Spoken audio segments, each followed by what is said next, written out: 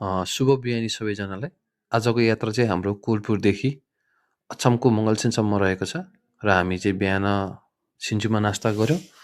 नास्ता खाइसकेपछि चाहिँ हामी केही बेरमै सुर्खेत कटेर त्यसपछि कर्णालीलाई देख्न सकिन्छ। कर्णालीको त्रितिर गइसकेपछि चाहिँ मलाई देख्न साथ एक याद दिन आउने राति कुरा हो यो। मलाई बेसमारी निहालेर बाले आमालाई भन्नुभएको थियो, यसको निधार ठुलो छ, यो भाग्यमानी छ। पैतालामा कोठी रहेछ, जीवनमा यसले धेरै हिँड्नुपर्छ, तर यसले हामीलाई छाडेर कतै जान्न। यति सुनिसकेपछि म आमाको काखमा लुटपुटेको थिएँ।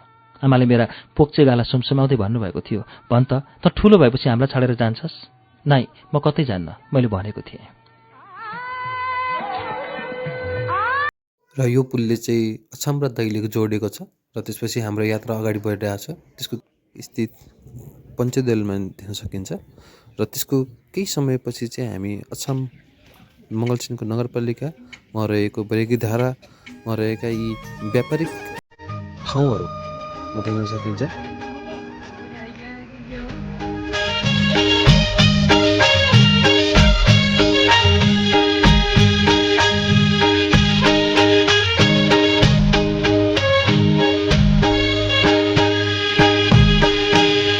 गैजा गोटी गैजा कुमाउ पो झगडी जग्गा गैजा